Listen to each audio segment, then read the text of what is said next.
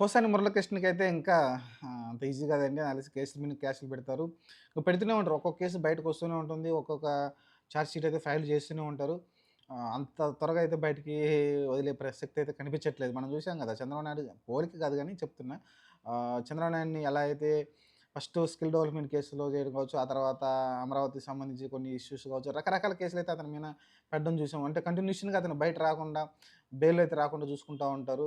ఒకదాని తర్వాత ఒక కేసులు పెట్టడంతోటైతే బెయిల్ అయితే రాదు, మంజూరు చేయదు, కుదరదు. కాబట్టి ఇలా అయితే ఇప్పుడు పోసాని మురళీకృష్ణ కూడా టార్చర్ చేయడం చూస్తున్నాం. అసలకి ఒకదాని మీద తర్వాత ఒక కేసులైతే బనాయించి చార్జ్ షీట్లు అయితే ఫైల్ చేస్తా ఉన్నారు. ఓవరాల్‌గా చూసుకుంటే మీకు నాన్ బెయిలబుల్ వారంటీ రావాలంటే తెలిసిందే కదా! 3 కేసులైతే ఉండాలి. వాటిల్లో 3 చార్జ్ షీట్లు ఉండాలి. దాంట్లో ఒక రన్నింగ్ కేసు ఆ కోర్ట్‌లో జరుగుతూ ఉండాలి. ఇలా అయితే కొన్ని ప్రొసీజర్ అయితే ఉన్నాయి. ప్రస్తుతానికైతే పోసాని మురళీకృష్ణని అలానే హింసించే ప్రయత్నం చేస్తారు. ఖచ్చితంగా ఇంకా 4 సంవత్సరాల టైం ఉంది.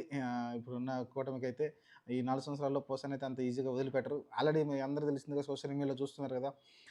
ఎక్కడ చూసినా కూడా పవన్ కళ్యాణ్‌ని ఏమేమి మాట్లాడినారు, ఏంటనేది అలానే లోకేష్, చంద్రబాబు నాయుడుని ఏం మాట్లాడినారు, అయన్నీ సోషల్ మీడియాలో ఏవైతే ఓల్డ్ వీడియోస్ ఉన్నాయో పోసాని మాట్లాడింది వైసీపీ అధికారంలో ఉన్నప్పుడు పోసాని మాట్లాడిన వీడియోలన్నీ అయితే హల్చల్ చేస్తా ఉన్నాయి సోషల్ మీడియాలో అయితే ఓవరాల్‌గా.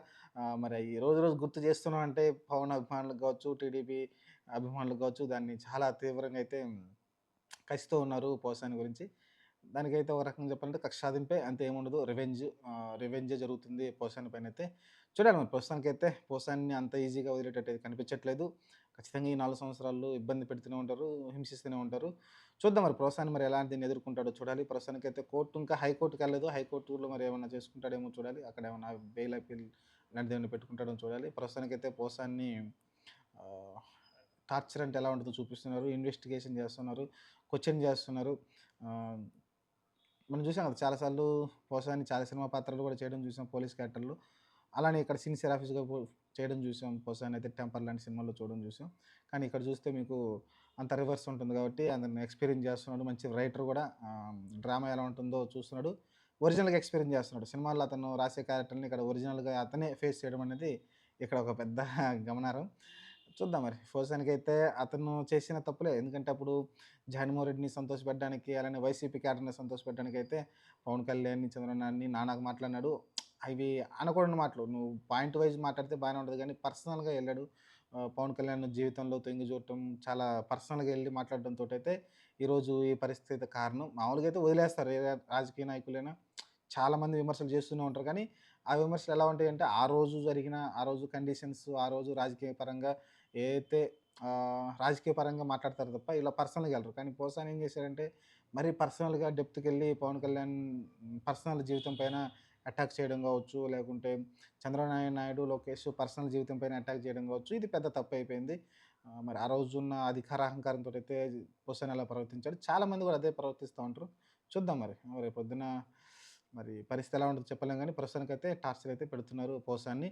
దీన్ని కొంతమంది సమర్థిస్తున్నారు, కొంతమంది సమర్థించట్లేదు. నా స్టాండ్ ఒకటే అండి. తప్పు చేస్తే ఎవరికైనా శిక్ష పడాలని కోరుకుంటా నేనైతే. ఎందుకంటే అలా వాక్ చాతుర్యం అంటే వాక్కు హక్కు ఇచ్చారు గదని ఏది పడితే అది వాగడానికి గాదు మనం నోరిచ్చింది.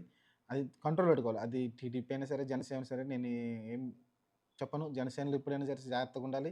ఎందుకంటే ఫ్యూచర్‌లో వైసీపీ కూడా గెలవచ్చు చెప్పలేం. వాళ్ళకి ఎందుకంటే గెలిచే ఛాన్సెస్ ఉంటాయి. ఈరోజు వీళ్ళు సరిగ్గా పని చేయకపోతే ఆటోమేటిక్‌గా వాళ్ళు కూడా గెలిచే ఛాన్సెస్ ఉంటుంది నెక్స్ట్ 4 ఇయర్స్ తర్వాత.